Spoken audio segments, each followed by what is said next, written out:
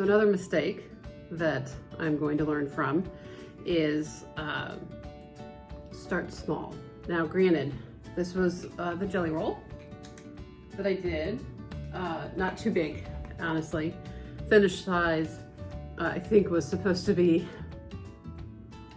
36 by 36. Mine wasn't. I had a little bit of crookedness, so I did some trimming. So make sure you go small. Don't start big. Don't think you're gonna do a king size quilt for your first run, because it'll take you 3 years.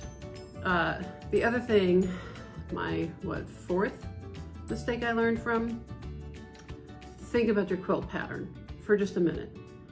What is it that you want to do as you're quilting? I should have sort of gridded this out. My mom and I are huge fans of graph paper, and I think if you get into quilting, you might as well embrace your love of graph paper. So I should have thought a little bit more about how wide am I? How many strips do I want to do? Do I want to do squares? Because if this is hung up and you're far away, that's fine. If you get to the back, I don't know if I'll be able to really show you, so I'll post a picture. Thankfully, my background is very, there you go, you can see a little bit there, very busy. It's not pretty. So I'm glad that it's going to be hanging and no one's going to see the backside, because I have different widths. I get a little janky, and then that leads me into my next mistake, which was not using sewing.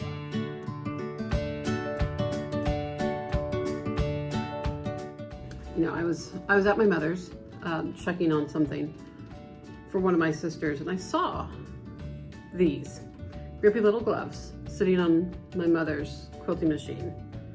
And I've been watching enough videos and reading enough blogs that I knew that they recommend having something that will help you grip the fabric as you're quilting, because it gets to be a bit cumbersome.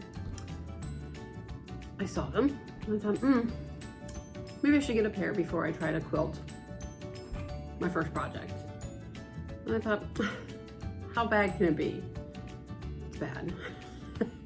Especially if your machine is raised and you're not flush with a table, gravity's just not your friend. So you find yourself, and this is not heavy. I mean, maybe 3-4 pounds, but it's difficult to maneuver it because you can't keep a grip on it. So definitely get yourself, these came out on Amazon, I can put the link down below. Get yourself a pair of grippy gloves. And I've seen a couple people who snip a couple of the fingers so you can still have your fingertips, and that's fine. Get these.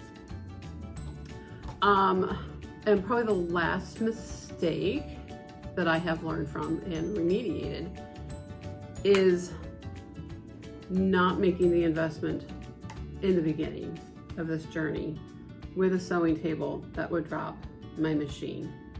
Because again, gravity is not your friend. You end up trying to finagle. I've actually reconfigured my space. I'll put some pictures up so it's much more conducive. So now my machine is flatter to, see if I can tilt it. So this is flat, and then I have the side table that can come up.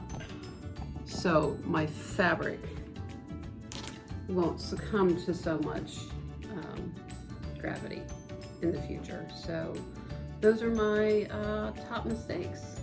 I think there's 6 or 7 that I hope you can learn from. Thanks.